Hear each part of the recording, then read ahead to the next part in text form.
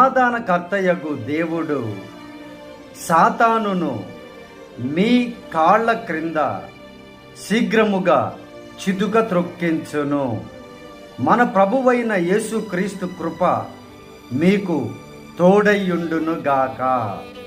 ప్రియమైనటువంటి దేవుని బిడ్డలారా, యేసుక్రీస్తు వారు ఈ లోకములో మానవుడిగా ఉన్నప్పుడు ఆయన సాతానును తన కాళ్ళ కింద చితగద్రొక్కినటువంటి దేవుడు. అలాగే ఎవరైతే ఆయనను వెంబడిస్తూ ఆయన ఆజ్ఞల ప్రకారం నడుస్తూ ఉంటారో వారి పాదముల క్రింద కూడా సాతానును చిదుగ త్రొక్కించేటువంటి దేవుడు.